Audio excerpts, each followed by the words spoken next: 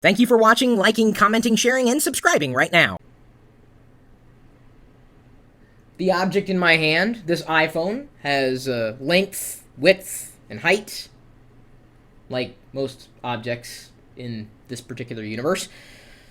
And I know the dimensions of this, an iPhone 3G. And they're pretty standard, right? The problem, even in knowing the dimensions of an object, is that sometimes it's kind of hard to picture. I mean, you get a mental idea of what it's going to feel like, how big it's going to be in real life. I mean, because we can see the numbers on the screen, say if we're shopping for an item, but then when we get it, it's either smaller than expected or larger than expected, even though we knew the dimensions.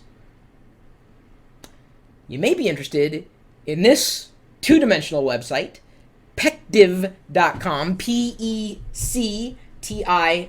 I'm going to zoom in there. P-E-C-T-I-V-E. Of course, the T and the I kind of got smushed together there in the font. And what you do here is quite simply browse around for various objects, and you set the dimensions of your screen, and then it will show you on screen how big that object is in real life, like a life-size shot, assuming, of course, that it fits on your screen in some way, shape, or form. So here's one item, the Palm Pre. Let's go ahead and select that. And this is how big it is in real life. That's the size of it. Okay, now I've zoomed in on the screen, so let me zoom back out and hold it up next to the iPhone side by side. I'm like, okay, that's not too bad. Maybe it looks to be a little smaller than the iPhone 3G. Now, granted, I've got a case on mine, although that doesn't add much to it. Let's go to the iPhone 3G tag right there. There's the iPhone 3G. Wow. Okay, side by side, I would say that's eerily accurate. It's pretty good. And they've got an accuracy meter too. You know, right off to the side, saying how accurate it is. I would say that's pretty darn accurate. Like if I held it up, you know, right on against the screen, like to my eye.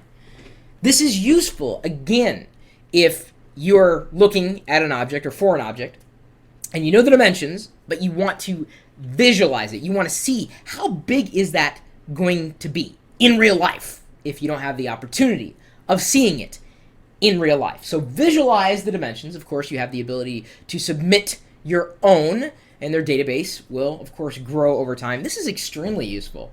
You know, in seeing my past experiences, knowing that I've hit snags, though I've known the dimensions, so oh yeah, that's no problem. I can accommodate that, and then of course it arrives, and I'm going, that's not what I was expecting. Would have helped to visualize something, and unless vendors post actual size screenshots, or well, I guess these would not be screenshots; they'd be actual images, allowing my eyes to adjust, not just the numbers bouncing around in my head. I'm a visual learner. You might be too. Pective.com, just another handy resource. Well, at least I thought it was a handy resource.